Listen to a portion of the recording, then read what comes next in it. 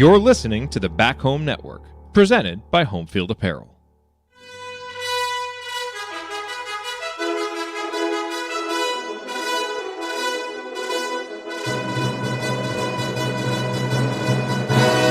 And welcome, Hoosier fans, to this week's edition of Assembly Call Radio, where each week we discuss the most important topics in the world of Indiana basketball.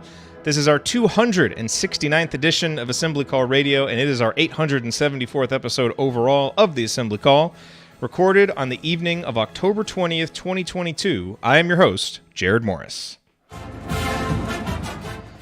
And let's begin this edition of the Assembly Call how we begin every edition of the Assembly Call, and that is with our Hoosier Proud banner moment. And Indiana is the national champion. When it comes down, Indiana will be champion. Smart takes the shot. The Hoosiers have won the national championship.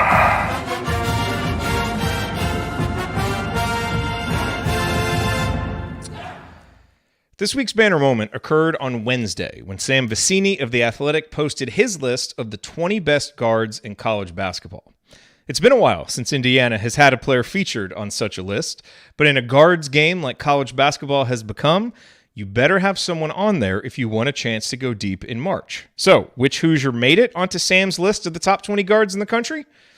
Well, actually, no one. In fact, there isn't a single Big Ten guard on Sam's list, which is perhaps the biggest signal yet about why the Big Ten is considered so down this season. But if you scroll down to the final section of the piece, headlined 6 Freshmen Who Could Swing Their Team's Season, Jalen Hood-Schifino makes a predictable appearance. And here is what Sam said about Jalen.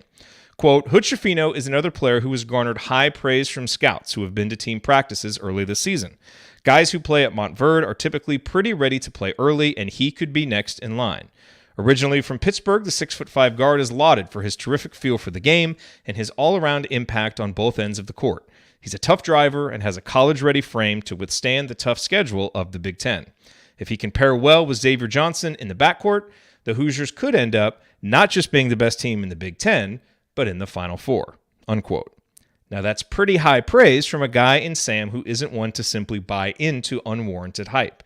And it's become clear through all of the offseason scuttlebutt that Jalen is primed to have more of a Cody Zeller, Romeo Langford, Trace Jackson Davis level of impact than, say, Christian Lander or even Tamar Bates, who weren't quite ready for prime time as freshmen. The most prominent argument you hear against Indiana as a Big Ten favorite or Final Four contender is that the Hoosiers feature basically the same roster from last year's team that struggled just to make the tournament. But that argument severely underestimates the impact that Jalen and fellow freshman Malik Renew are seeming more and more likely to have. If you believe these two freshmen are ready to have prominent roles from day one, and I do, then it's much easier to buy into the case for IU optimism in a league without a lot of top-end talent. All right, now let me introduce my co-host this week. Andy is off, continuing his preparations for his daughter's youth basketball league.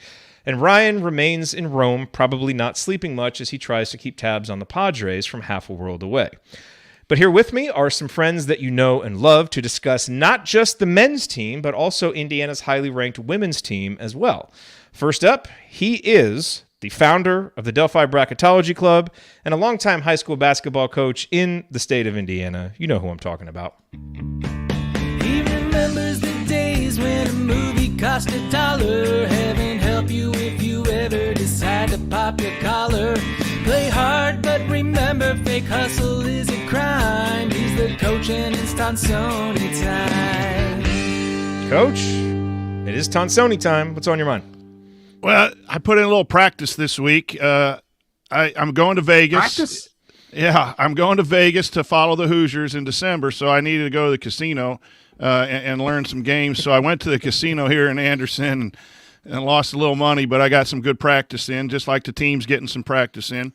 But seriously, I think your banner moment is really important. As I start reading the variety of magazines, the preseason magazines, listening to all the podcasts, I think it is going to be key what contributions the two freshmen from Montverde can bring to this team, because that criticism of, the ninth place team is returning, but those two are going to be the big additions to this Indiana team. So that's what I'm looking forward to, is to seeing in a week to 8 days how Jalen Hood Schifino plays alongside Trace Jackson Davis, and how Coach Michael Dean Woodson from the CBS Eye on Sports podcast is named him, how they gel, because I think that's the key to the ceiling being reached as opposed to just reaching the floor.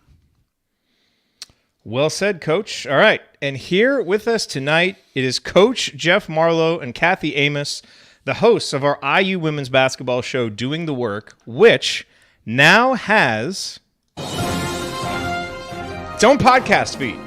So all the Doing the Work episodes have been in the Assembly Call feed, but Kathy and Jeff have been doing such a good job, and there's so much demand for a women's-only show that we have spun it off into its own feed. So it is the Doing the Work feed. You can find it by searching for Doing the Work wherever you listen to podcasts. Now, we're still in the process of getting it posted everywhere. It's already up at Apple Podcasts. It's already up at Spotify. It should be on Google Podcasts soon. If you look for it somewhere and you don't find it and you want it there, let me know. We'll make sure that it gets there. But you can go to assemblycall.com/DTW. That's assemblycall.com/DTW. And you'll basically find their podcast homepage with all the latest episodes and all of the links to subscribe. Very, very excited about what Jeff and Kathy are doing the work. I'm very excited to get them their own feed and to have them keep us up to date on this highly anticipated women's basketball season. So let's get some opening thoughts. Kathy, we'll start with you. Men's team, women's team. Just tell us what's on your mind. Yeah. Thanks, Jared. Well, thanks for having us on, first of all. And kind of, I mentioned it last night on our podcast, Doing the Work. And Jeff and I both, I just want to tell you, especially, and everyone else that listens to our podcast, just how extremely grateful we are. We don't, couldn't be doing this without everyone. So we really enjoy it and really love it. So that's really what's been on my mind the last couple of days. I feel, I told you before we started tonight, I really do feel fancy. I've got my own podcast. I never in a million years would have thought that would be me, but it is. And it kind of lets me realize that what I messed up as a child and picked the wrong career. I should have done something in sports and sports broadcasting that gives me an outlet to do that. So I'm just excited about that all the way around. So thank you, Jared. Thanks to everyone that listens. And hopefully we'll keep growing that audience and spreading the word about Indiana women's basketball as well. Absolutely. So and Quang asked in the chat, is it still going to be on YouTube? The answer to that is yes. For now, it'll still be on the Assembly Call YouTube account. And we'll figure it out. Maybe we'll get you guys your own YouTube account too. So they'll be up there. It doesn't have its own YouTube channel yet, but that is in the works. Coach Marlowe, what's on your mind? Good to see you. Hey, good to see you guys, and thanks for having us. And like Kathy said, just thanks for everything. And you know, we were kind of talking about this last night on our show. About a year ago at this time in the chat mob, Kathy and I came up with this idea for Doing the Work, and you and the others at the Back Home Network were able to make it happen. And we've really, just enjoyed it. And like Quang and Joel and some of the others that have been with us and that we call the workaholics in our chat that, so, but I want to kind of piggyback off of you and your banner moment. Dane Fife was on a local Indianapolis radio show talking about Jalen Hood Schifino possibly being a one and done. And it won't be necessarily because he wows stat wise, but he made the comment essentially that he's a winner. He's a competitor and he's a winner. And so I was really excited to hear, Dane make that comment. And I think for IU fans that it was also intimated that Dane's going to be doing some Big Ten work this winter from what Big Ten Network, you mean? Big Ten work. Yeah. Big Ten Network. But I also then from our standpoint of the Doing the Work, we're just really excited about this IU women's team. They come in this season. They're ranked preseason number 11. We've spent the last couple of weeks talking about the schedule in the Big Ten for not only them, but some of the contenders. And we've really noticed it's going to be, it's backloaded. The top contending teams are all going to kind of play each other at the end of the Big Ten season. So we're really looking forward to a really kind of knockdown, drag out fight in the Big Ten. Yeah, and we're going to get to the AP rankings, but there were 6 or 7 Big Ten teams in the women's preseason top 25. So a little tougher, at least in the preseason, than what the men's conference looks like. So it should be a fun conference season. All right, well, here's what we have in store. We've got some Hoosier headlines. Then we're going to talk about the preseason rankings for both the men's and women's team and kind of break those two down. And then in segment 3, of course, we will answer a few questions that we got from our community members. All of that and more coming this week on Assembly Call Radio. But first, we got to talk about our presenting sponsor.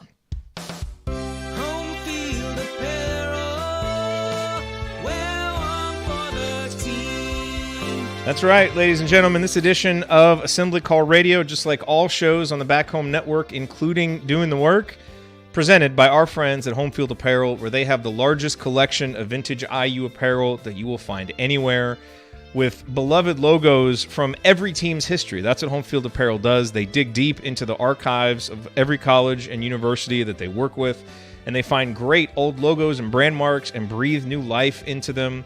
And the best thing about Home Field Apparel to keep in mind right now, as October starts to kind of round its final lap and get into November, and you're thinking about Christmas shopping, like Home Field Apparel is like your one-stop shop for pretty much everyone on your Christmas list, because they've got so many different schools, so many different types of garments, whether you want, a t-shirt, whether you want to get one of the comfortable crew necks, one of the incredibly comfortable hoodies that Kathy is wearing right now. She's got the Assembly Call one on that's on that just super comfortable material that lasts through many washes. Coach has one on. The colors stay. Everything they do is first class, which you would expect because it's a business, a company led by Kelly School grads, founded by Kelly School grads. They're still in Indianapolis. They support Indiana causes and shows. They're just great folks. We love supporting them and really appreciate their support for us. So go to homefieldapparel.com, use our promo code HOME to get 15% off your first order. If you haven't used that promo code yet, save it up for Christmas, load up your cart, and get 15% off as much stuff as you can. Again, the website, homefieldapparel.com, promo code HOME, wear one for the team. Okay, so let's talk a few Hoosier headlines. We got kind of further confirmation this week about the resumption of the Indiana-Kentucky series. John Calipari made mention of it again. We talked about this last week, but it definitely seems like the series is going to be back on, assuming that the administrators can dot the I's and cross the T's. We'll see where the games are. It looks like it's going to be a mix of on-campus and off-campus, venues. So we'll wait to get some more details there, but certainly everything seems to be moving in the right direction as far as that goes. And the NBA season started, and there are 6 former Hoosiers on NBA rosters. Victor Oladipo playing for the Heat. OG, of course, for Toronto. Noah Vonleh was signed by the Celtics. Thomas Bryant playing for the Lakers. He just had surgery, so he will be out for a few weeks. Romeo Langford hung on with the San Antonio Spurs and had a couple of really nice moments in the preseason. Fingers crossed they actually give him some minutes because there's a good NBA player in there. He just needs a chance. Eric Gordon playing for the Rockets, and Cody Zeller was recently waived by Utah. So we'll see if he gets another chance with another team. But 6 Hoosiers in the NBA playing prominent roles, which is nice to see. Coach Marlowe, can you give us an update on the IU women who are in the pros? I know you've been doing this in the community. I know Alexa and Nikki are both playing, aren't they? Yeah, Alexa Golbe and Nicole Cardano-Hillary are both playing in Spain, and that's kind of what got me interested. I thought maybe some of our fans would be interested in following them, and then I remembered that Amanda Cahill has been playing in Europe for a few years as well. She's playing with the team in Luxembourg, and then we found out on our show last week, Tyra Buss Davison is playing in Lithuania this year, and I think this is the first time Tyra's played since graduation. So right now, as far as I know, we have 4 Hoosiers playing overseas in women's leagues. Wasn't she an assistant coach for a while somewhere? Yeah, she was at UW Milwaukee for a while. I think even spent a year at Evansville, if I recall right. So, yeah, she'd been doing some coaching. But like I said, and then her husband, I won't say his name, but her husband is playing in the Lithuania League as well, I believe. So I was telling Kathy last night and on the show that I read an article where she's had a little bit of an issue. I shouldn't call it issue, but she said a lot of the teammates speak English, and she's able to get and kind of communicate with them. When she first got there, none of the coaches spoke English. And of course, she wasn't speaking Lithuanian, so there was a little bit of a language barrier there for her. By the way, underrated thing to look forward to in this Big Ten basketball season. No Brad Davison or Jordan Bohannon. They're both gone. We don't have to worry about them anymore, which is kind of nice. All right, Coach Tonsoni. The other thing that I want to talk about here in Hoosier headlines, this is more of a general headline, is there's a whole lot of talk out there about expanding the NCAA tournament. Can you come up with any good reason why the tournament should be expanded. Because I don't. I think it's a ridiculous idea. But I don't know. Maybe I'm missing something, and I don't know how likely it is. But there's a whole lot of kind of chatter out there about it. It's kind of scaring me. The major chatter is to try to get 20 or 25% of every sport into the postseason, and if you do that, I think that ups the number much greater than 68. You're looking at 80, maybe something like that. I'm against expansion. I think the tournament is very special. I think you have to play well during the regular season. I think sometimes we have too many teams from bigger conferences as it is right now. I don't want to necessarily see you have to finish halfway in the conference or in the top half because of unbalanced schedules. There's a lot of nuance there. But the only way that I would be okay with it is if the additional slots were set aside for mid-majors that don't have the opportunity to go and build their resumes from Quad 1 and Quad 2 playing bigger opponents in the non-conference. There's some really good small conference, mid-major conference teams that could maybe win a game or two in the tournament. So if they would come – if I were asked that you had to have expansion, what would you do with it? I'd say 4 to 6 teams, but they had to be, mid-major. I don't want to see 11 out of 14 Big Ten teams in because, Maryland is 17-14 and had 3 good wins through the season. That's not a tournament to me. Everyone has a shot. Win your tournament, win your conference tournament, you get in. So, in essence, everyone is in the tournament as it is, technically. So, I'm against it. The comment by Greg Sankey when he was talking about Texas A&M, how A&M didn't have access to the tournament, which is quote, it's like, what are you talking about? They scheduled no one in the non-conference. They had the SEC tournament, win a few more games. I mean, making the tournament itself should matter. Like that should be kind of a marker of at least for some programs, that's just the mark of a decent season. For other programs, it's the mark of a really good season, but it should matter. And if you water it down too much, it doesn't matter. And then all that's going to matter is what you do in the tournament. And that's going to put even more emphasis on a single elimination, results of a single elimination tournament, which can be kind of random anyway. And how would you do it? Like if say that your idea came to fruition, they added mid-majors, would those be kind of set up as like play-in games or mid-majors are playing? You'd add another round. The play-in games wouldn't be play-in games. There'd be that round. It used to be when, what was it? There were 48 teams. You had the first 4 teams had a bye, and everyone else played a first-round game to move on. That would be what it is. You would have, what do you have now, 4 play-in games. You'd move that up to 8. So you would add 8 teams that way. You get up to 76. So you'd have maybe like the top 8 seeds would get a bye or something like that. Yeah. And so that would be that first round. And so it's money driven. It's the same thing that we're feeling with conference realignment. It's not the way it has been in the past. It's about money. If this opens up another avenue for someone besides CBS to bid for the first rounds of NCAA tournament games and it gets money, but I think it would take away money, maybe not from the conference tournament, because that conference tournament doesn't mean much anymore. The automatic bid, I guess it doesn't mean much now for some of the bigger schools too, but I just don't.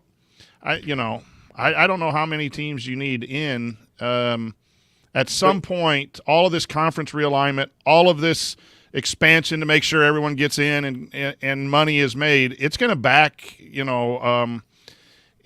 There's going to be some negative. You're going to lose your product at some point, and how much money is out there before the product becomes something that people don't want to invest in the TV market and all of that. There's a point, diminishing returns, I think, is the economic term. But yeah, I'll tell you, I didn't like it when it went from 64 to 68, and I've come to be okay with it. I didn't like the baseball idea, and I think the playoffs this year have turned out to be okay. So again, maybe change can be done appropriately. I hope not. But Coach, don't you think it's more along the line? You've got the SEC commissioner complaining about one of his teams not getting in. They're not worrying about the mid-major. This just smacks more of the football thing of the rich want to get richer. And I agree with you. I think it's bad, and I think they're going to kill the goose that laid the golden egg in the long run. But I think if this has been a MAC commissioner saying that they weren't getting access, I might have been like, okay, that's a legit argument. But the SEC commissioner, and then maybe that it just smacks this whole football thing going on. Absolutely, it's all about the money grab. And it's a money grab for the Power 5 conferences. Absolutely. And if you really want to argue, go to the MAC, and you have Toledo and Akron who are sitting there at 23-5 and 23-7. They're playing in the championship game, and one team goes and one team doesn't because they're not in a big conference. That's the only way that I would say, I've given some thought to regular season champs get an NIT bid now if you don't win the tournament, but maybe you take that from a pool of that and you take 4-6 teams from that pool plus some others to give more. If access points, it's only smaller schools. It's not bigger conferences. That's just silly. That's just money. Every big conference team has access to the tournament. Absolutely. Unless you suck. And you shouldn't be rewarded if you suck. So, Kathy, you want the final word on this? I don't really have anything else to say, to be honest. No, I agree. I think this seems like an absolutely terrible idea. So, no, I think coaches hit it on the head there. It's about money. Exactly. Bags of cash. Bags of cash. It always is, man. It always is. All right, coming up on Assembly Call Radio, this was a really important week for another reason. The AP preseason polls came out, and both the men and women were in there. Not something that happens very often, but we are going to talk about it next on the Assembly Call. Stick with us.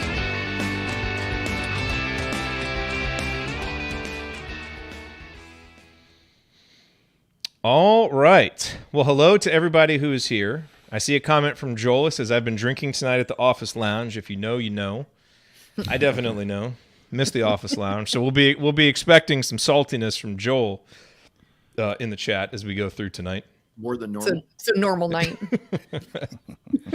Okay, so your chat mob folks are called the Workaholics. That's a great name. That is awesome. Yeah, that was Jeff. I don't know. Actually, I was going to say, I thought it was Kathy who came up with it. But I mean, look at the two of them. Not taking any of the credit. Yeah, you come on. Haven't you listened to Ryan and I bickering at each other? Kathy and Jeff just sitting here trying to pass the credit back and forth. Yeah. And so for the people who are with us tonight, we have next week, we're kind of doing a first. We're kind of branching outside of the family here, and we're going to have Kyle Huseman from Hawkeye Report on with us next week to talk a little bit about Iowa women, and hopefully he has and Big Ten women as a whole. So we kind of reached out to, and Kathy and I have been talking about that a little bit off air, that we've wanted to maybe start trying to reach out to a few more people throughout the league to try and to help not only build our brand, but also just to get more insight for our fans as well. Great idea. So give us the quick overview of what you guys are planning for this year schedule wise. You'll know when we know. Yeah, but I mean, because you guys are going to do some post-game shows, right? Yeah. And then are you going to keep doing the Wednesday night? We've been talking about the Wednesday night thing for post-game. We're not going to do it after every show. Mainly because schedules with just the two of us especially is hard, but non-conference games, I think we'll bundle some of those together. Maybe even getting into the Big Ten season, we might bundle depending on how schedules lay out, but we'll still do individual shows for like some of the bigger games, obviously like North Carolina, right? That will be its own show. If there's some of the things Jeff and I have been batting around are, like Jeff mentioned, we've got the Iowa writer. Next week, we're going to try to see who else maybe from around the league we can talk to. I know I found an Ohio State website, so I'm going to try to figure out if I can contact their writer and kind of hit some other people, maybe get some different takes during the season. We've already talked to like Amanda Foster again. She was on our show earlier this season, off season, so we might have she's her back covering the women for Inside the Hall. Right. Exactly. Yeah. So, and she was really great on the show with us. So we might have her back. I know Austin Render has said he'd come back on with us as well. So we have some other folks on there. So we might do some Wednesday shows. It's just, since this isn't our daytime job, it just makes it sometimes difficult to get scheduling going, just even for the two of us, as you witnessed. So for folks who want to keep tabs on the schedule, following you on Twitter, is that the best thing to do? Yeah. Absolutely. And we have our own Twitter In the feed now community. at DTWIUWBB. It's a little convoluted, but if you search on Twitter for doing the work, doing space work, you'll find us. Yeah. Okay. Yeah. And then you can also find Jeff at IU Jeff, and Kathy is just Kathy Amos. Yep. Right. Yep. Okay. Exactly. Awesome. Looking forward to it. Hashtag Kathy Amos. Exactly. That's what got all this man. shit started. I know it. And you're happy it did, so don't say otherwise. That's right. All right. Joel's pouring another bourbon. That means it's time for us to go to segment 2. Time to go. Y'all ready? Let's do this. Yep.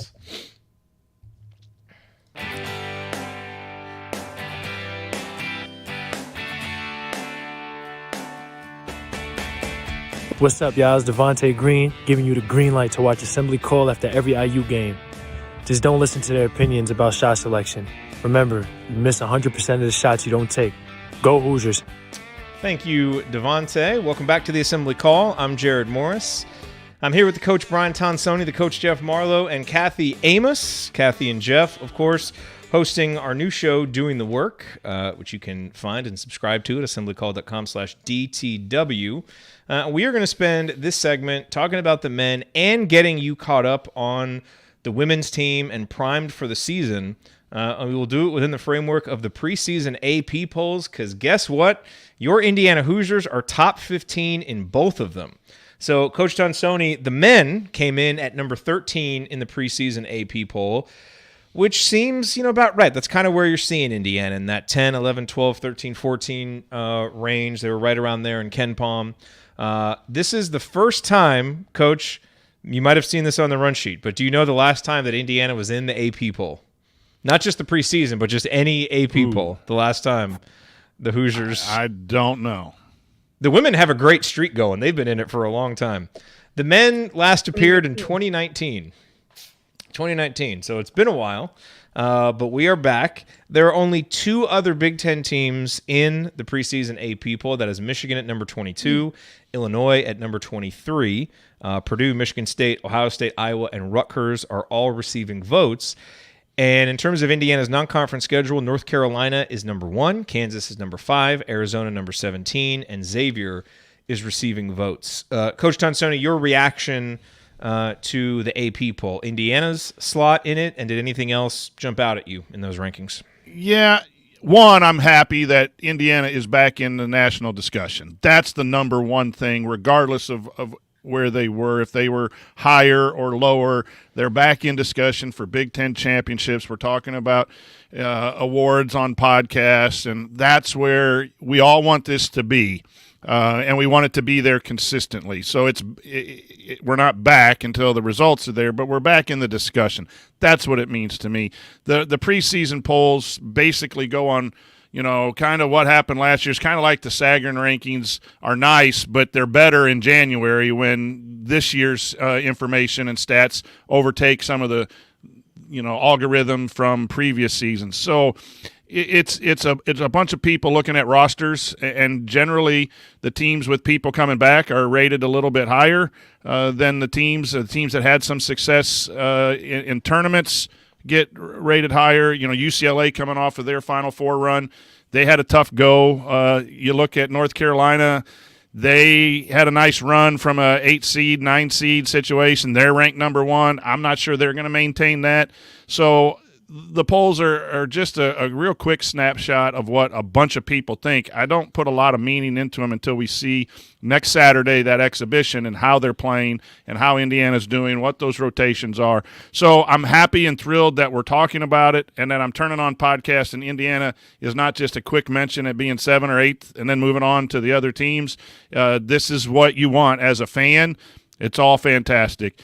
Talk to me after I get back from Vegas and we played 3 of these teams, and if we're still ranked in 13th or 12th, then I think we're legit, and that's going to mean a very fun Big Ten season. Have we talked about having a camera crew follow you around Vegas? Maybe doing like a documentary, Coach Tonsoni in Vegas? Yeah, the way I played the other day at the casino, I'm not sure that that would last too long. I might need to take some get some advertising dollars or something. I'll be going down to Lawrence, so yeah, you can just send them there next. Ooh, I'm still thinking about it, Kathy. Yeah. I may end up. All right, I may let end me up know going if you there too. I'm trying to work it out. Just do it like Chad did down in the Bahamas last year. Just have your iPhone with you. Just the phone. That's right. So here's what I want to say about preseason rankings, and I feel like we mention this every year. It is easy to say, they don't matter. And to a certain extent, they don't, because if you come out and suck, it doesn't matter what your preseason ranking was. Like, at some point, you have to win games. But there's two things that are important to know. Like, preseason rankings have been relatively predictive for what the good teams are going to be. And so, obviously, there are always outliers. There are teams that aren't in the preseason rankings that end up doing really well. There are teams that are ranked that struggle. But for the most part, the best teams end up coming from that group that is ranked. And the other thing that it does is there's an anchoring effect if you're ranked highly, which means you're going to get more benefit of the doubt if you take on some losses. Because say you're Indiana and you're number 13, you lose a couple of non-conference games. Okay, you drop a little bit, but you don't drop as far as you would if you were 30th and you're losing those games, right? You get more benefit of the doubt and you start with more margin for error. So to a certain extent, they don't matter, but in another way, they kind of do. And as long as Indiana does the things that it needs to do, it's much better to start at 13 and to be able to either maintain or, raise your level than to, start down in the 30s or 40s and have that long uphill climb up. And so getting that respect, does help just start you from a better place and kind of anchor you in people's minds for what you're supposed to be. And that's the other reason why it's important. Let me throw a little shade on that, though. The rankings mean nothing come time to select tournament seeding and matchups and everything. It's how you play. Sure. So you could be ranked 7th and have a 4 seed in the tournament. So, it's good for us to look at, and I understand exactly what you're saying. If you're looking at the rankings, Indiana loses to North Carolina, they're not going to fall very far. Even a loss to Xavier, they're not going to fall because they're considered to be a good top team. That's the best thing about these preseason, that they're in the discussion for being some of the better teams. But going from 13 to 10 or 13 to 18, that's only going to happen, and the bottom line is you got to win, and you got to win big games, and that's the ultimate scorecard. And no offense to a couple of the guys who are on the AP voting list and the coaches who have their assistants do it. I have come to not really enjoy any rankings because I don't know. I mean, it's the wins and losses matter more to me than the rankings. They will. No, by the end of the season, it will. But the rankings will matter for perception and conversation and all that stuff as you go through the season. Okay, so that's the men. And now let's look at the women's side. And we probably buried the lead here because the women's team has obviously been a lot more successful than the men's team. And they are ranked higher. They are ranked 11th in the preseason poll. Unlike with the men, there are a lot of Big Ten teams in the preseason poll. You've got Iowa number 4, Ohio State number 14, Maryland number 17, Nebraska number 22, Michigan number 25. And in non-conference play, Indiana will play number 5, Tennessee, in Knoxville on November 14th. And Indiana hosts North Carolina, which is ranked number 12 as part of the Big Ten ACC Challenge. Now, here's a good note for the women. The top 25 has featured the Hoosiers in every release, starting with the 2019-2020 preseason poll. So they have stayed in the top 25 that entire time. And the highest IU has ever been, pop quiz Kathy, do you know the highest ranking Indiana has ever achieved in the AP poll? I think they got to number 4 last year. They did get to number 4 last year. We will see if they can get higher. So let's take a few minutes here. Obviously, there are a lot of fans who are, deep into the women's team and follow them very closely. And there are others who follow the men's team very closely and are more casual fans of the women's team. But with the success of Terry Morin's crew, she's pulling more and more people over into the diehard category every season because the team has been so successful and so fun. But from you two, and you divvy this up however you want, but I'd love for you to give us the crash course. Like, get us all up to speed on the women's team. Who's left? Who's back? Why are they ranked number 11? What's the outlook for this season? Get us all up to speed. Sure. Yeah, Jeff, I can take a couple and then you can fill in the gaps. How's that sound? Go for it, Kathy. With some of the players. So real quick, 2 notes, since you were talking, Jared, about first times and rankings since X year. This is the first time ever the men and women have been ranked preseason together. So Wow. I thought that was really cool. So we talked about that last week. So yeah, absolutely. Well deserved. Yeah. The biggest unknown for people that don't follow the team probably is the fit of the team coming in. So we did lose a number of high profile players. As you mentioned, we were talking about the pro players. We had Nicole Cardona-Hillary that we've lost, Ali Papperg that we've lost, as well as Alexa Gulbe. We have 7 new players coming in. There are 4 freshmen and 3 transfers coming in. The transfers in particular are pretty high profile as well. So you have Sydney Parrish is probably the highest profile of the transfers coming in. Sydney, for those who don't follow, again, she was Miss Basketball in the state of Indiana a couple of years ago and actually had played for Oregon for a couple of years and is now transferring back. Another name that might be familiar to people if you watched us play Minnesota last year is Sarah Scalia. She is transferring down. She's definitely a shooting specialist for us as well. And then we have another gal that looks to be maybe be able to take around, if you would think of Alexa Gulbe's spot. That will be coming in with Alyssa Geary. So those are our 3 transfers coming in. Jeff, do you want to talk about any of the freshmen? There's probably one in particular that we could talk about in terms of newcomers. Yeah, I don't think our freshmen, I'm going to forget somebody here because there's 4 of them, but it's Alexis Bargesser and Lily Meister. I think we'll probably see very limited minutes. Bargesser is coming off a knee injury last year in high school, but she actually ended up playing running track during the spring for her high school in Michigan. But I have seen some pictures of her here in the preseason.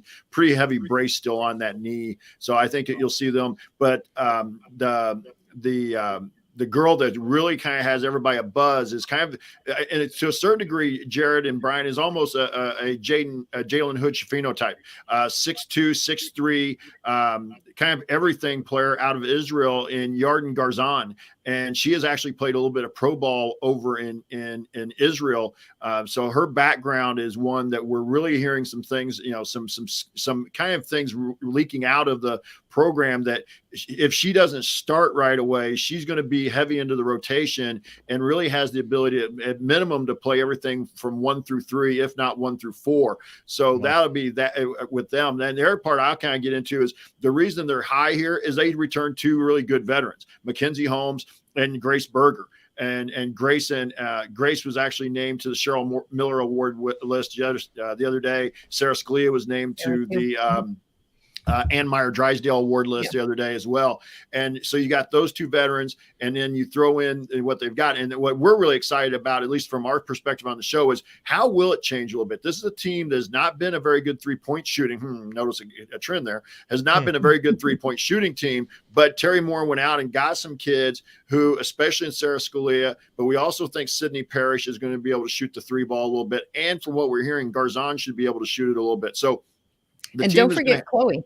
We can't forget about Chloe. I'm super high on Chloe Moore McNeil. She really filled in last year. At the point she ended up starting quite a few games because of injuries and stuff. But I can see, like, she was by far, I know it's Hoosier hysteria and it's 3-point contest and all that, but she had the highest round of any of them, men or women. Did she really? And oh, wow. Yeah, she ended up making 18 in one of the rounds. And she was the reason, her and Miller got to the finals to begin with. So I don't want that to be lost either. And I've been hearing a lot of great things about Chloe coming out, and not just about her shooting, but her defense too. For those who maybe are more casual, the women's team also hangs their hat on defense, and we lost really great defensive players last year with Allie and Nikki. And Chloe just seems like she might just be one of those players that's willing to get in and get dirty and get down on defense. So I'm super excited about Chloe. I'm really high on her. Okay, so we got this question from JD, who wants to know the best and worst case scenario for each team, if we expect each team to play at a similar level all year. And improve as Big Ten play approaches. So we'll get to the men's team in a second. I've talked with you guys about this. I posted it in the community. it's really easy to get excited about this team on paper. They plugged their biggest hole, which was 3-point shooting. They've got, Grace and Mackenzie are back, just excellent veterans who are proven. You've got all these new pieces coming in, and on paper it does seem great, and it may turn out to be great. I'm still a little bit worried that we're underestimating what we lost with Ali Patberg and Nikki, because for as much as they struggled shooting sometimes, and like sometimes, you'd watch the team and it's like scoring was just so difficult some games, and so clearly if you can get more easy buckets with good 3-point shooters, that's going to have a big impact. But so many times you watch that team play and it's like, man, Ali Patberg is just the heartbeat, and Nikki with her defense would just set the tone. And, and obviously Alexa Gulbe's versatility was huge. How big of a concern is it losing that? And almost, the team is going to have a different identity, and every team has a different identity every year, but they just seem so wrapped up in the identity of what Terry Morin wants this program to be. And I guess I'm really excited to see what it looks like, and I just wonder if we're underestimating a little bit what we lose with those two. What do you think? How big of a concern is that? It's a concern. Yeah, that's been the biggest thing we've been talking about all off season. And you talked about 3 kids that were winners, that when it came down to it in terms of the history of this program, they were 3 of the biggest winners this program's ever had. Ali Patberg, like you said, heart and soul of this team. Nikki was kind of the driving force on the defensive end. And like you said, the versatility of Alexa Gulbe was invaluable those last couple of years. I think, Jared, to kind of answer JD's question, I'll go that direction, is I made the comment last week, I believe, on the show that I think this team may struggle in a game against a non-conference opponent where we're going to be like, really? We only beat that team by like 5 or 6, 7 because we just struggle because you're still trying to fit the pieces of the puzzle together. But they may come out against a Tennessee. They may come out against a North Carolina and win. I'm not saying they will, but could win by 15, 20 just because they're clicking that night because everything's, meshing and looking good.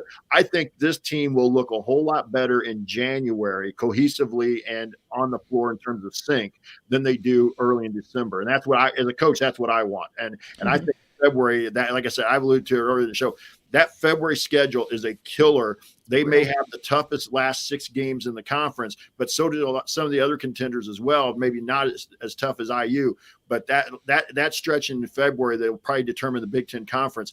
I think they're going to be. I expect them to be clicking on all cylinders by that point and just be a tough out. Yeah, I can see. Yeah, I can see us losing to both. That's where I think the non-conference schedule was quite smart this year. We only have the 2 ranked opponents, and if you look at other Big Ten teams that are contenders, Iowa, we did a deep dive last night into Maryland, and Ohio State in particular. I think they all have at least 3, if not. I think Maryland had 5 ranked teams, 3 of them in the top 10 on their non-conference schedule. So they're just playing a really brutal schedule. We have 2, which at the end of the year, you might think it might hurt with maybe rankings or this, that. I think it's really good for this team just because, again, 7 returning players and 7 newcomers. You don't know how they're going to fit. You don't know how they're going to mesh together. And to your point, replacing Ali, the good news is Ali's still on the staff.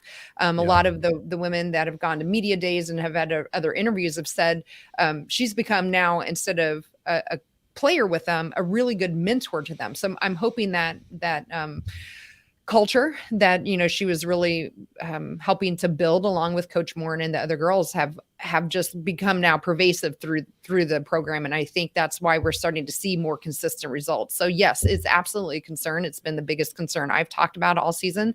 But I still think, to Jeff's point, because our schedule is not quite as difficult as maybe they could have scheduled it to be, I think that bodes really well that when we do get to the just ridiculous February that we have, I think that hopefully by then things will be clicking, barring, of course, injuries like every team can say. I've been informed by 2 of our folks in the chat mob, Richie and Joel, longtime IU women's basketball supporters. They've been supporting the program even before it became the cool thing to do like it is now. They say it's no concern at all.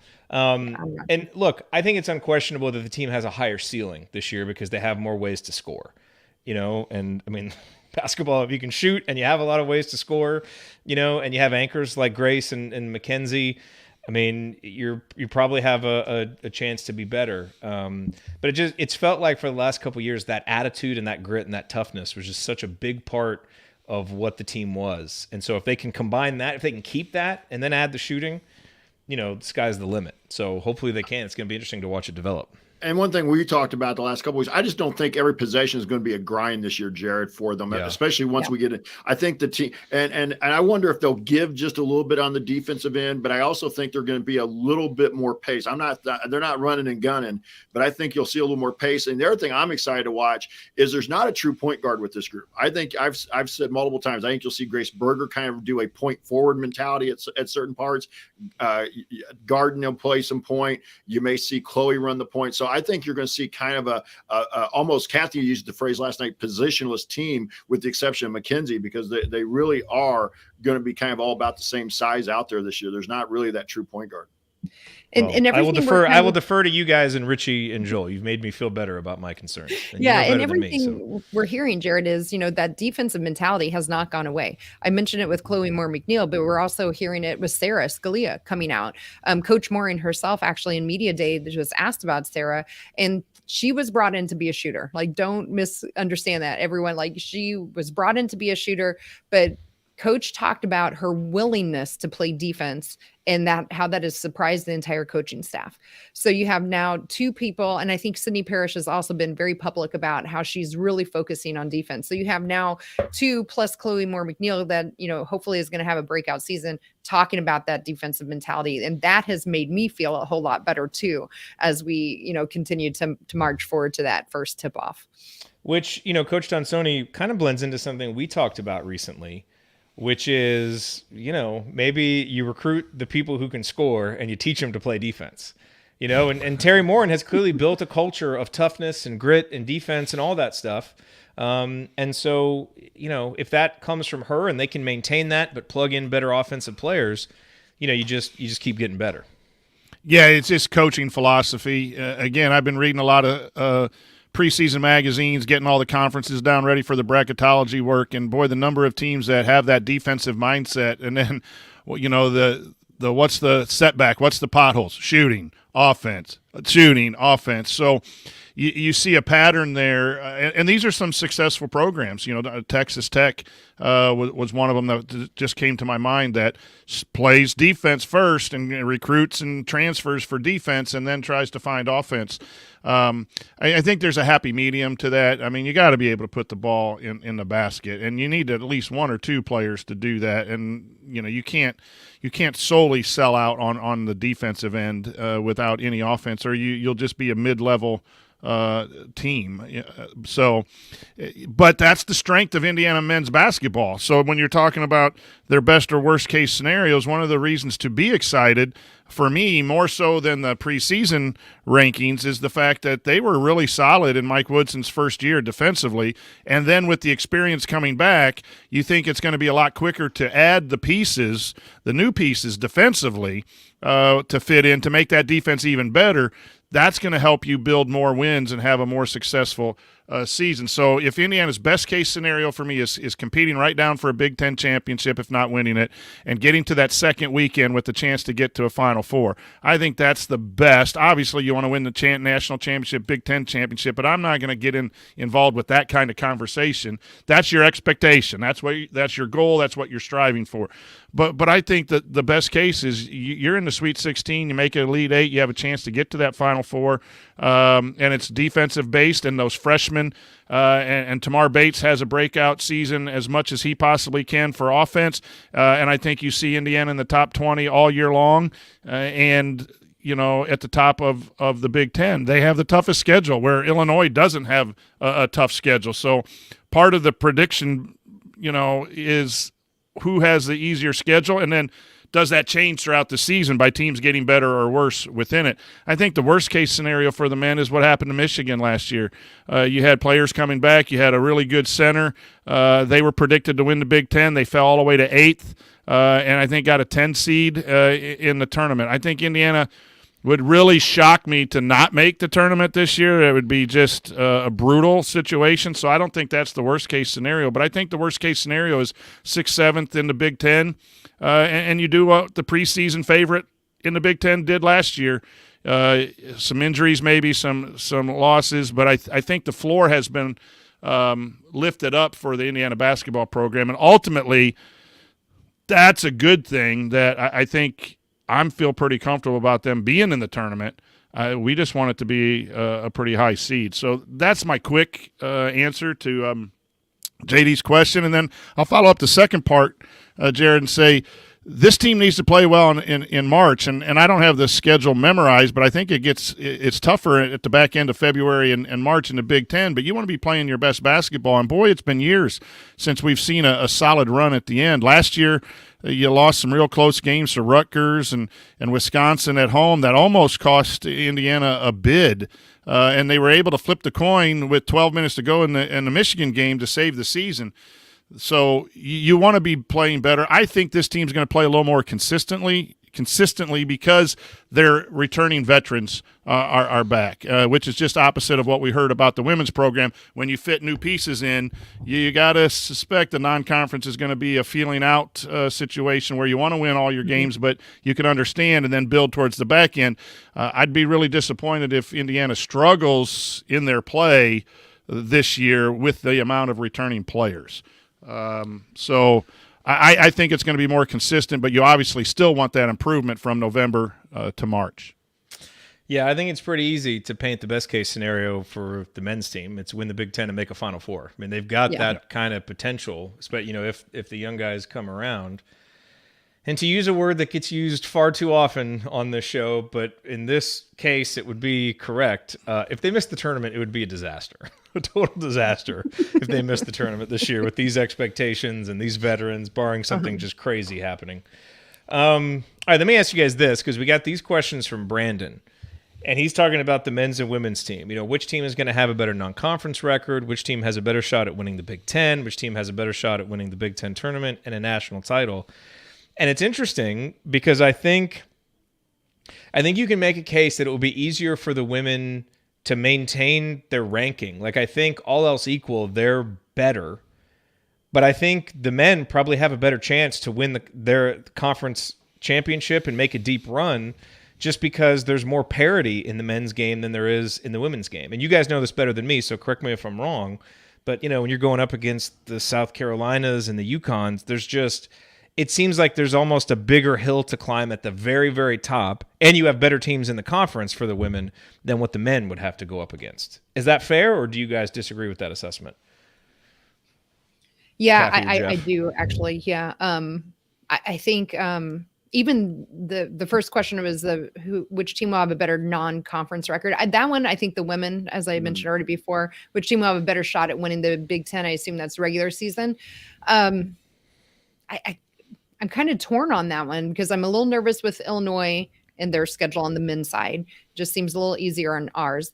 I'm really nervous about Iowa. I mean, they have, for those, again, who don't know, 11 of their 13 players back from last year, including with the National Player of the Year. Including, preseason National Player of the Year, Caitlin Clark. And they got a fantastic transfer in from Central Michigan.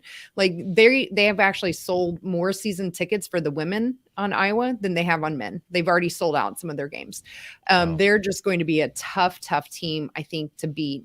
As we experienced last year. I mean, they beat us 3 times last year and they haven't essentially changed. So I think in terms of so annoyed by Iowa sports. I just have to say, I know it's just gotten so they were kind of harmless for a while. And now the last couple of years, they just annoyed the hell out of me between Barta and Bohannon and his stupid shots and Caitlin Clark in Iowa.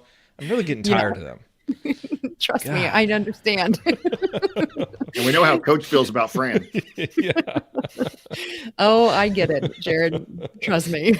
So I think even just winning the conference title might be, maybe I give the nod towards the men there. And same thing on the Big Ten tourney side. So I think you're spot on a national level, though, Jared. I mean, you start talking about South Carolina and some of the other teams. UConn is a wild card because they've, lost Paige Beckers already this year. But that they're still ranked 6th, even without who is supposed to be one of their best player, or not one of their best players. So I don't know, Jeff, your thoughts on that? I think, nationally, I can see us getting Elite 8 potentially if all things are clicking and we get the right matchups. But, we look at what happened last year. You run into a UConn in that tournament. Boy, it's just it's a hard hedge to get over.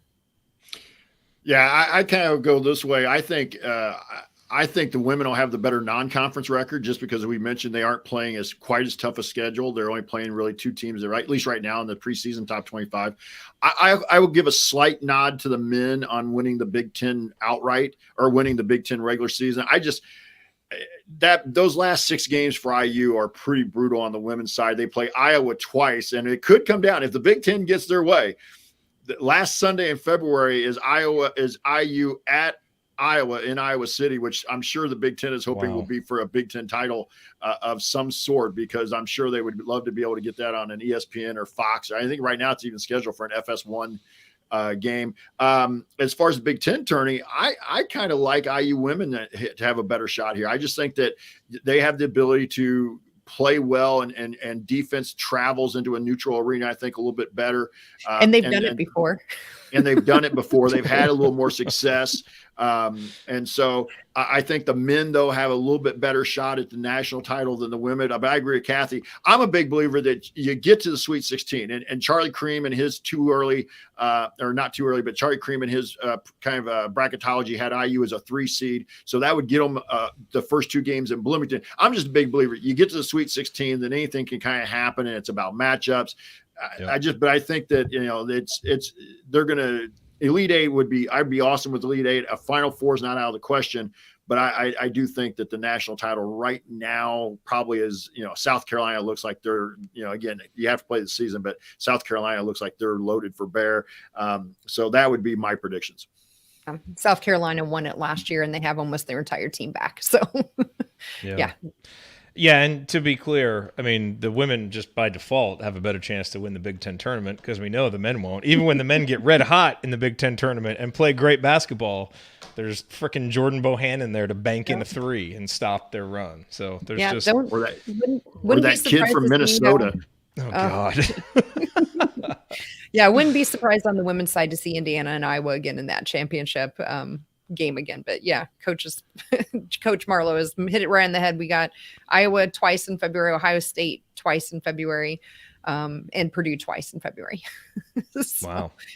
So buckle up. That is going to be tough. That will be tough. All right. Well, look, it's awesome to have both teams so good and with such high expectations, both teams in the top 15. One of only 4 programs, I think, that have the men's and women's team in the AP preseason top 25. So can't wait for these seasons to start. 2 seasons of high expectations with really fun teams, likable players that are so easy to get behind, veterans that, we've seen Trace Jackson Davis and Race Thompson and Grace Berger and Mackenzie Holmes grow up, and it's so rewarding to see them as they get toward the end of their journeys, and now kind of be able to see what kind of cap they can put on it. It's just going to be a really, really fun season. So can't wait to see it, and can't wait to go through it with all of you guys on the men's show and on the women's show. So we'll be talking about it all season long. But for now, it's time to hit the mailbag with questions from our community members. We will do that next. Stick with us here on the Assembly Call.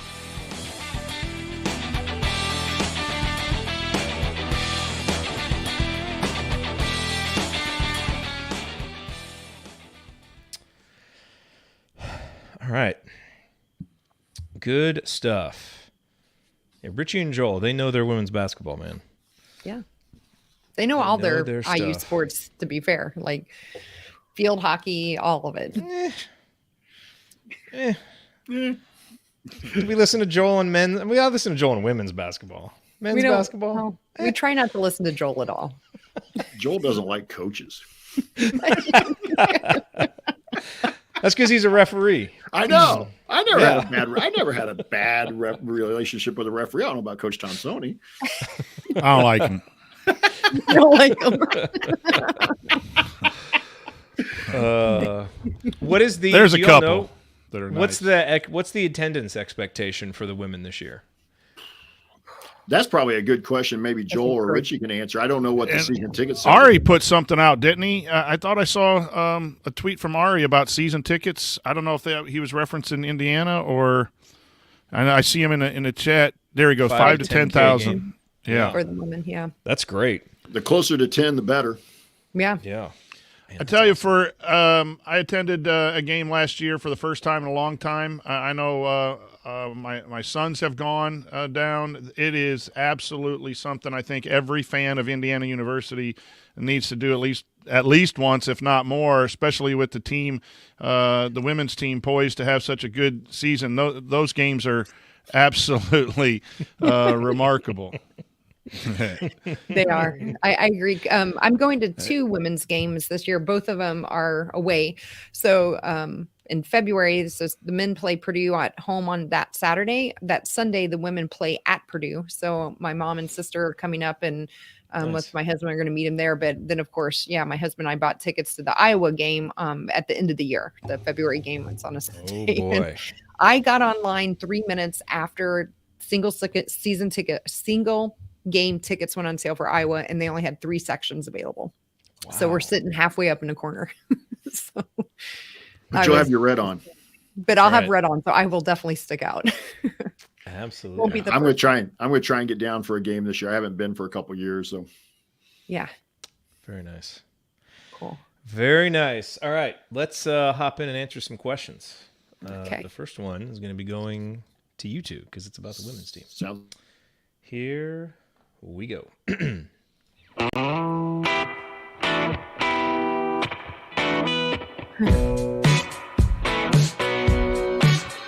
This is Jordan Halls, and I never miss a shot or an episode of the Assembly Call.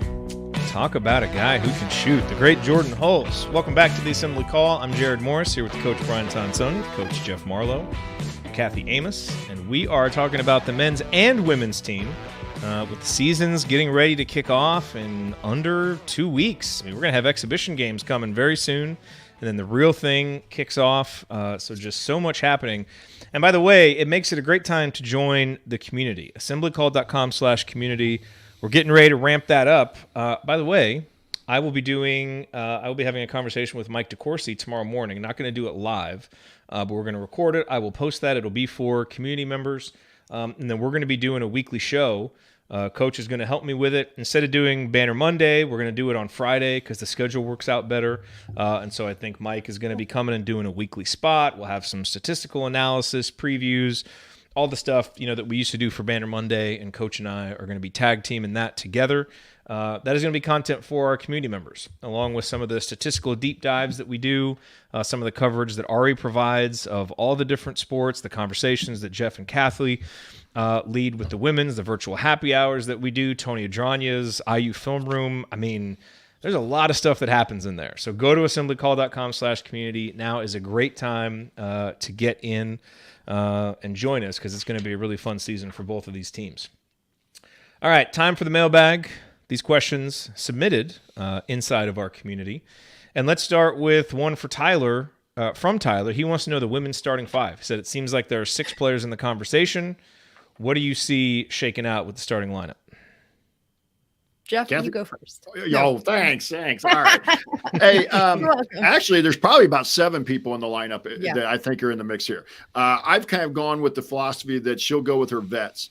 Mackenzie Holmes, Alyssa Geary, Grace Berger, Sydney Parrish, Sarah Scalia to start. That'd be, I think, the 5 you see start with. But I think Chloe Moore McNeil is in the mix. And I also think that Yarden Garzon is in that mix. I don't know if they'll start right off the bat. Chloe may. I'll be interested. I think there are some games where I think Terry Morin can make other teams have to adjust to her lineups. And I would really kind of like to see that. But she also has the ability to go a little bigger with Parrish and Scalia, especially. They'll be a little bigger than they were last year. And now that can create some matchups problems as well. So right now I'm going to go with the 5 I mentioned.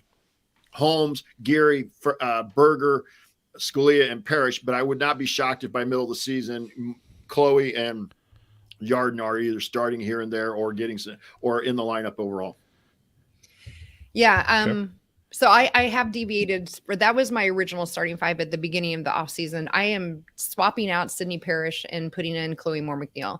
I mentioned that a few times now over the last few weeks on our podcast, and I mentioned it here as well. I'm really high on Chloe. I think there's high expectations from her. Her improvement last year and confidence that she gained when she did get into the starting lineup was just, it was impressive to watch. And everything I'm seeing, she's being taken to media day. It just seems that she's the one that is being put out there.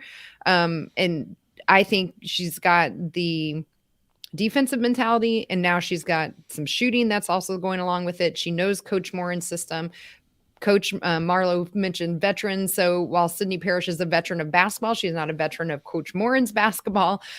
So I think that Chloe Moore McNeil is going to get that nod on day one. So I could see potentially maybe because Coach Morin has done this in the past, she's more willing to change her lineups due to matchups. I could potentially see maybe Geary coming out and Sydney Parrish coming in if we're playing like maybe a smaller lineup, like Maryland's pretty small. And so I could see maybe going smaller as well, but that's where I'm going. And let me ask you this. What are fair expectations for Sydney Parrish? Because obviously there was a big to-do when she came, and she's got the pedigree of, being a Miss Basketball. But and she was a really highly ranked recruit. And so I was obviously very excited when she came. And then I remember looking at her stats from Oregon, and I was like, I guess I just expected them to be a little bit better. Like, what kind of player is she? And not, stats aren't everything. I mean, I obviously know that, but I've never really seen her play. Like, can you give me the quick synopsis of what kind of player she is and what to expect from her? Yeah, Coach, why don't you take that one? I think you saw her in high school and everything, so you're way more. I only saw her once in high school live. I think Sydney was one of those kids in high school who had high basketball IQ and could really dominate because she understood the game, and she was physically talented, but she understood the game. She was and had played a lot of basketball coming through the system. I think the one thing that may be hurting her at this level is that I do think there's a little bit of lack of lateral quickness. I think that, her foot speed may be an issue. To me, the Sydney Parrish, I think her upside and where she really helps this team, if she can just knock down 2 or 3 threes a game, and help spread the floor out and be a veteran and just understand about winning. And so whether that's as a starter or a sixth person off the bench, that to me is where she really is where her upside is for this team. But I don't expect Sydney Parrish to come out and average 15 points a game for this team. Now, could Sarah Scalia come out and average 15 points a game for this team as a transfer? Yeah, I could see that, but I just don't think that's Sydney's game. But I could see Sydney averaging 9 to 11 and just fulfilling her role, whether it's a starter or off the bench. Yeah, I think if people are expecting Sydney to come in and be like take over as the superstar role on the team, I don't think that's going to be her role. So, not going to be probably one of our top 2, if even 3 scorers for sure. At least that's my expectations. Yeah, it'll be Grace, McKenzie, and Scalia, right? As the that's top my scorers, top 3. Yeah. It's interesting to hear you, Coach Marlowe, talk about quickness and athleticism, that the collegiate game at all levels, men's and women, have gotten so athletic over the last decade and a half. And that's part of the women's game that has improved so much, is now the athleticism is just exploding, which is making the game, just deeper. The programs you just don't have Tennessee and UConn anymore. You're seeing a lot more programs being able to access that because the athletes are better. And that's just so good to see for the women's side of college basketball. And Coach, you and I have seen this both on the men's side and the women's side. That there are not, Nikki Cardano-Hillary was maybe a little bit of an outlier. There are not very many 5'8", 5'9" point guards anymore, even in the women's game. Yeah. They're 6 foot, they're 6'1", and at least at the elite with the elite teams. And we've seen this kind of on the men's side, kind of going back farther with the men's game. The 5'9" Mighty Might point guard in high school that you thought could play at the college level, they're getting passed over for the 6 foot, 6'1" kids. And that was happening 15 years ago. So I think you're right, but at all levels, and it's going to make the game is getting better. Like I said, one of the kids I'm really excited to see is the Garzon girl from Israel. Cause like I said, I think they're listed around 6'2", 6'3". She's supposed to be athletic, so I'm really looking forward to seeing her. Yeah, me too. All right, so here is a question from Brian Flukiger, long time listener. Brian's been around since the very beginning. I remember when we first put up a website, Brian was the first testimonial that I put up on the website. Always remember that name. Great name. He says, it is. He says, what? First name especially, right? Yeah. He says, I have a question that is more of an off-season topic, but I saved for when Coach Tonsoni and Coach Marlowe were scheduled to be on the show. Next month is the 35th anniversary of my very first IU basketball game at Assembly Hall, the 1987 exhibition game against the Soviet national team when I was just 7 years old. This is the game when Bob Knight walked his team off the court with 15 minutes left to play. This is a controversy that has been lost over time. It would be great to hear both coaches' memories of this game. Why Coach Knight didn't want to play the game, why he was ejected, and why he walked his team off the court. Do you guys, because Coach, that's when you were on campus, if I recall correctly. Yeah, and I just, my internet was down for a while this afternoon, so I didn't get a chance to really prep a whole lot for the show. I wanted to go back. There was a time where some Soviet basketball players showed up at Walnut Knolls at an apartment party that I was at, and they were carrying bottles of vodka, and we were trying to communicate with them. I can't remember, Brian, if that was 87 or they came 2 years in a row. If it was 87, maybe they came after the game because it was cut short. Well, that would have been like Bonus and Marchalonis and those guys. Yeah, I have no idea. It's been 30-some years, so my memory is really poor. But that I do remember seeing these big dudes walk in with a bottle of vodka to the party where I was at, and so it was the Soviet players that were either. It had to be after the game, but you know what's interesting when you're in college, those exhibition games. I don't think I paid a whole lot of attention until the season started, and then TV coverage was so different as well. You remember hearing it afterwards, but it was an official that obviously something. I have no Jim Burr, the great Jim Burr, and just a refusal to give in and teed him up, and instead of playing. You know, I'm sure Coach Knight was not a fan of the Soviet Union, the Russians to begin with, probably politically or whatever, and he's just like, you know, screw it, we go. But my memory is more of when those Soviet players walked into ducking underneath the door to get in, and we were just having a good time with them. But that's, Brian, is unfortunately I don't have a whole lot of memory of the game. But it's shocking to see any team walk off the floor. I know it was a huge controversy of the time that people were saying, should that have been done? You know, those kinds of things. But back then, Coach Knight could have done just about anything, and everyone's going to stand up and applaud. And then again, when it was in – I try to teach my students this too. When you grow up in that time period, it was – you know, you really didn't like the Russians. There was a strong hatred. Not that I don't think it's changed a whole lot, but that's just the way you grew up from the 80, the Olympics, the hockey, all of that stuff. And so it wasn't a bother to us that it happened. And it was kind of nice to meet a couple of them and share a drink. But that's the extent of my memory. Boy, talk about an exhibition game that'll challenge you too. I mean, yeah, you're not playing, you know, Bellarmine or those guys were pros. Program, but here, okay, so here's the interesting thing about this, because and I didn't realize this. I obviously knew this story, but I went and did some reading on it today. Coach Knight, obviously known for his stubbornness, for rarely backing down, rarely admitting fault, was very contrite after this actually, and said he made a mistake. He shouldn't have done it. He got caught up. I think he was a little bit upset about this kind of tour that the Russians were taking because he thought it was going to give them a leg up in the Olympics. And so he kind of didn't like that. And so I'm not sure what all led to the game getting scheduled. But then he had some disagreements with Jim Burr, didn't like some of the calls, ended up getting 3 techs. And as Coach Knight was wont to do at times, his temper got the best of him. But you don't often see him say, I was wrong and I shouldn't have done that. But in all the articles about this, he's very contrite and says he shouldn't have done that. And he just kind of got caught up in the moment, made a mistake.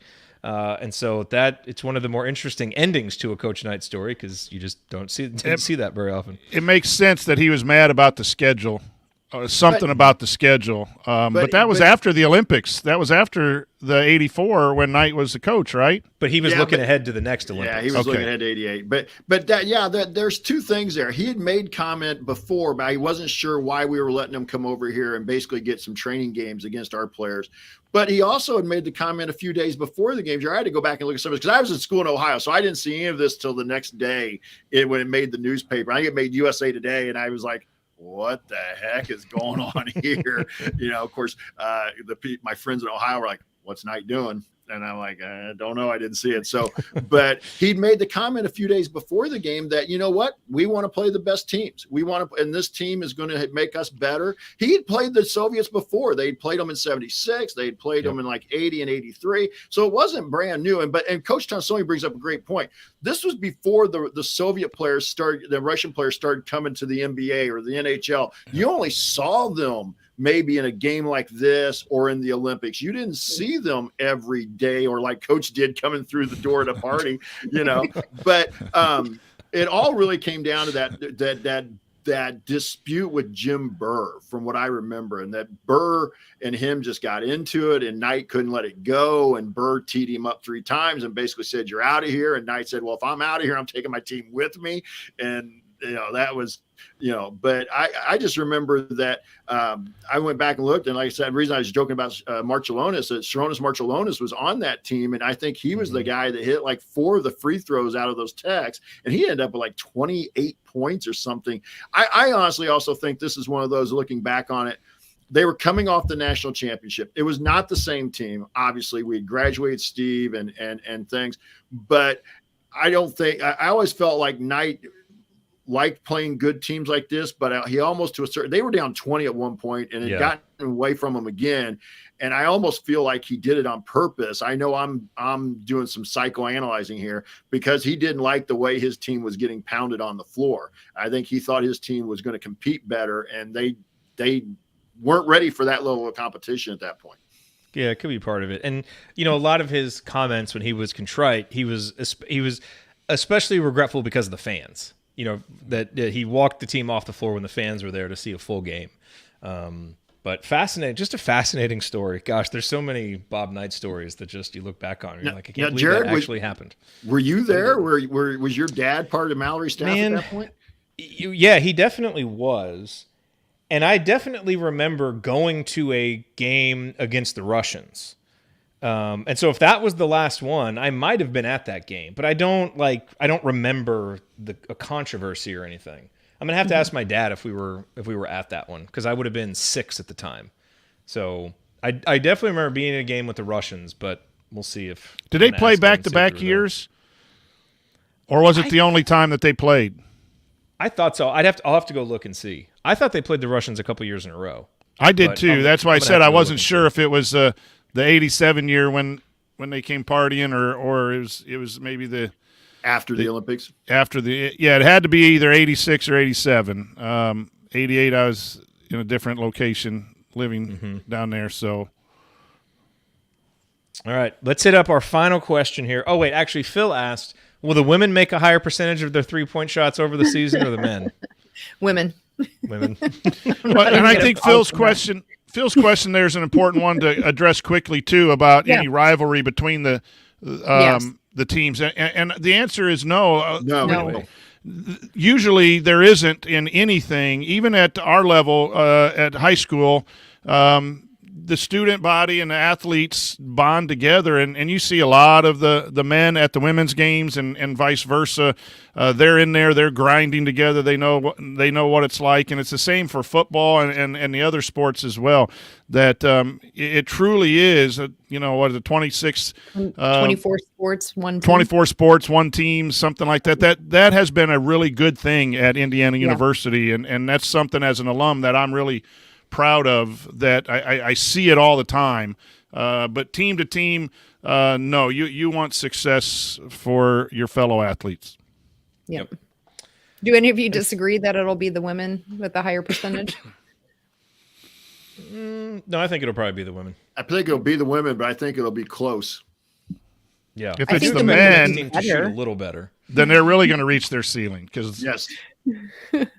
If they're close, I think. Yeah. Now, to be fair, too, I mean, the women weren't real consistent with their 3-point shooting last year, so that's why they did bring in Sydney and Sarah. So, assuming they mesh well, I'll stick with my answer. It's gonna be interesting. I mean, the men shot like 33% from 3 last year, which obviously isn't good enough, but it was better. It was an improvement over any season under Archie. But, you take Parker Stewart out of there, who obviously was the best three-point shooter. And, can X shoot quite that well again? I sure hope so, but he was, better than he had ever been. And so, it's going to be interesting to see if they can reach that level again. You hope for improvement from Tamar Bates and from Trey Galloway and from Miller Kopp and from all those guys. And if that happens, they certainly can. But it's going to be interesting to see what the shooting looks like for the men. And let's go with Leslie's question. She says, please explain what everyone means by, quote, manage expectations. Aren't most of us rational people who can readjust accordingly once we start to see how the Big Ten plays out? No, Are people just trying to contain the crazies in our fan base that are going to be crazy anyway? Yes. Does Leslie get on Twitter during games? That's what I was going to ask. Leslie must not be on Twitter. That's what I but read to answer when your I question, read it. yes, No. people are trying to contain the crazies. That is part of it. But I think also it's, to her point, yes, most of us are rational people. That's the thing I love about our community, actually, is I think a lot of the folks in our community have that mindset. But I think I think there's a certain defense mechanism that people have with IU basketball right now where they've been disappointed so often, and have had expectations raised a couple times in the Archie Miller era, and it never quite came through. And so I think people are trying to manage their own expectations just to not get too high right off the bat, because there's no place to go but down if your expectations are too high.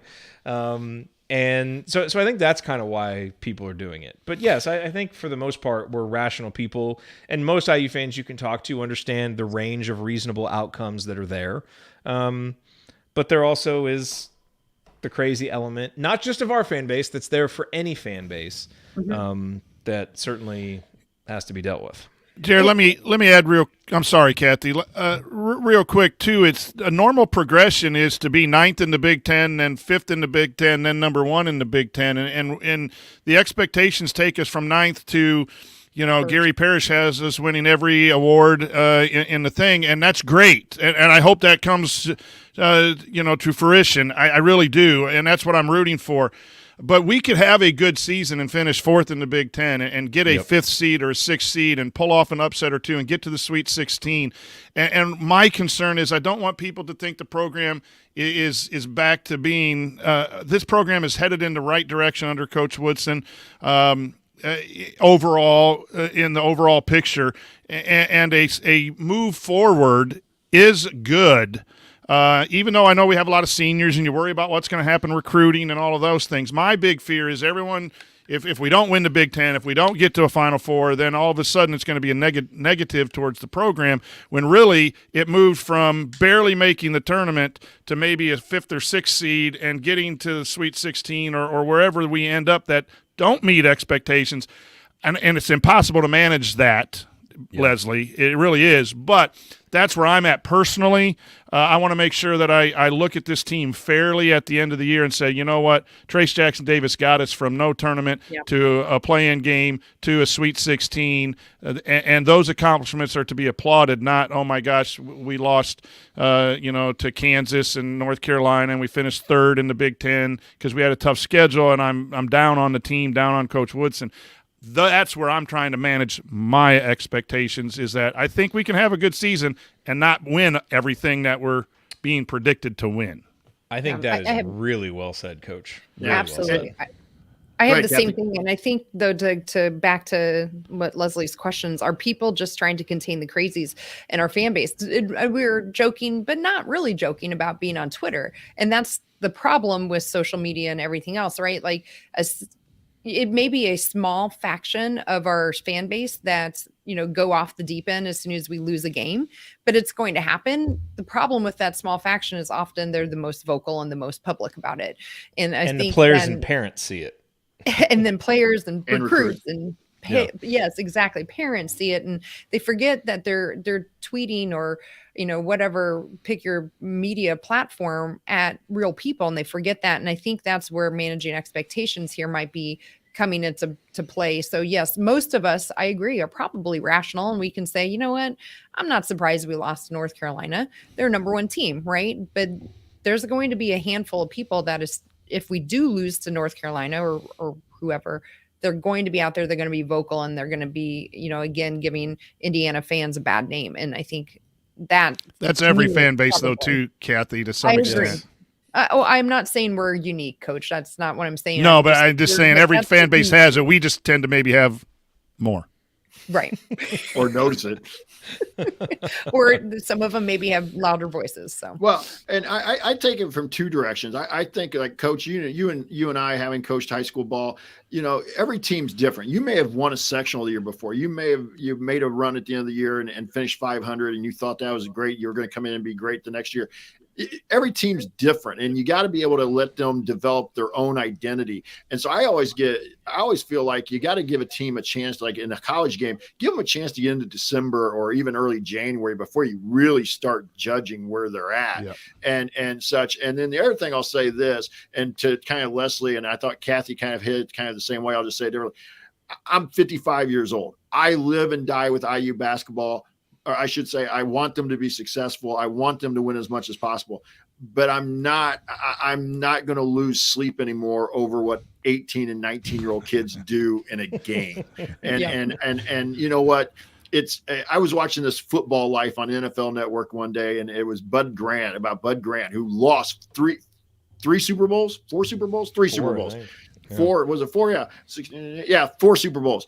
And he said, at the end of the day, it's entertainment. I'm more concerned about feeding my family and putting a roof over the head than I was, after the game was over. And I was like, that's a pretty healthy appetite that I wish more of us had. But I just think you got to give this team a chance. I think they're going to be really good. And like we talked about earlier, in February and March, they might lose a game or two in December. Oh, well, move on and let's get ready, for February, March. Yeah. Let's all remember Jeff's words when that game comes in December. Now, it's the other thing to remember too about these expectations, and Coach, you kind of hinted at this, is, expectations don't just happen in a vacuum. So this Indiana team, I think we all agree, like you look at this Indiana team, and in a normal Big Ten, this is probably a team that is predicted somewhere from 4th to 6th, right? Just given what they've got. Now, they've got obviously some good young players, and there's certainly some upside there. But think of the really good Big Ten conferences where you've got a couple of top 10 teams, and, it's probably maybe 3rd to 6th, we should say. But because the Big Ten is so down, Indiana has been raised up. And I think to a certain extent, Indiana's even preseason rankings are lifted maybe a little bit higher than where they should be, just because teams are like, oh my God, or people ranking are like, we don't have a Big Ten team yet. We got to get a Big Ten team in here. Well, really this team, might even be more in the 15 to 20 range, just based on the players they have. But it's in comparison to the competition that you're going to have. And so that's important to keep in mind too. And Coach is right. We've got to see what this team is going to be. Our guy is going to grow and develop. We always talk ourselves into the idealized version of everything, and that's not going to happen. And other Big Ten teams are going to be better than we think. Some are going to be worse. And so we've got to take it as it comes and meet the team where it is. And that's the key part about managing expectations is if you're just anchored on we have to win a Big Ten title and, make a Final Four because that's what the ceiling is. We've gotten excited talking about that. Then you don't leave yourself a whole lot of room for joy in the season, and it is a big leap to go from barely making the tournament to favored to win the Big Ten. We kind of miss the fun season in the middle where you run up those expectations. Yeah. So I think that's the idea is keep your expectations in check enough that you're fair to the players and that you allow yourself to enjoy the journey. Because look, we all want to get back to the point where you've got those expectations every year, and it's like you got to compete for a Big Ten title and make tournament runs and all that stuff, and that should be the standard. But let's see what this team is. Let's see what they can do. It's going to be a really interesting season, a really likable bunch, and I think that's where managing your expectations can just help you enjoy the journey. Yeah. So it's called a ceiling for a reason, right? That's right. Exactly. Everything has to go right, and hopefully we have a season like that. Those seasons are really fun. But usually you kind of hit the middle of your expectation. And so if Indiana does that, they're second or third or fourth in the Big Ten, get a solid seed, maybe win a couple games in the NCAA tournament. That would be an awesome step forward for this program. And anything above that is gravy. So, hopefully we get a lot of gravy. But, well, let's take what we can get and enjoy the season. Any final thoughts? Kathy, Jeff, thank you so much for coming and hanging, giving us your insight on the women's team. Remember, it's assemblycall.com/DTW. That will take you there. Subscribe to their podcast because all the new episodes are going to be in the DTW feed. So subscribe there. Final thoughts from you two on the women, the men, anything that you want to say? Yeah, I'll go first real quick. I think gosh, I'm just excited. I've been getting more and more excited as the season has been soon approaching. And unfortunately for me, I'll miss the first 2 weeks of both the men and the women due to work. I'll be out of the country. Makes it rather difficult to follow it when you're on the other side of the world. But I expect fully to be hearing Jeff on our DTW feed, and I'll be listening to Assembly Call and pretending at least that I had watched all those games. So, and then coming back. Jeff, are you doing solo episodes while Kathy's in India? No, we're going to reach out to a few people and try to get them to come on. I'm trying not to go solo. Yeah, I'm still trying to strong arm my husband to fill in like he did last year when Jeff was gone. I haven't had any luck with that. He was great, which is too bad. But no, I'm just excited. And, back to Coach all the way at the beginning, Coach Tonzoni at the beginning, preseason rankings, they don't mean anything right now. I mean, they mean everything right now, but they don't mean anything. Let's roll the ball out. Let's see what's going on. And let's play some damn hoops already. Nice. Okay. Because it's the shit. I'm sorry. Because it's the shit. No, I'm just excited. Excuse my language, is the shit. Do we give out a Charmin Award every game for? Nah, sorry, bad idea. That's funny. That could go two ways. It could be. I'm just excited for both these programs. For once, like Kathy mentioned earlier, we're both ranked in the preseason top 25. Both programs are expected to be in the mix at the end of the season for a conference title to advance deep into the tournament. If you're an IU fan, if you're an IU basketball fan, you really are kind of in this could be a kind of a really. What's the a phrase I should look for? I hate to say banner. I'll say it could be a banner year for IU basketball because both programs have opportunities to put up banners this year. Yeah, literally and figuratively. Yeah. Well said. Yeah. Coach, we can't let you end on the Charmin comment. You gotta finish strong here. Make your last shot.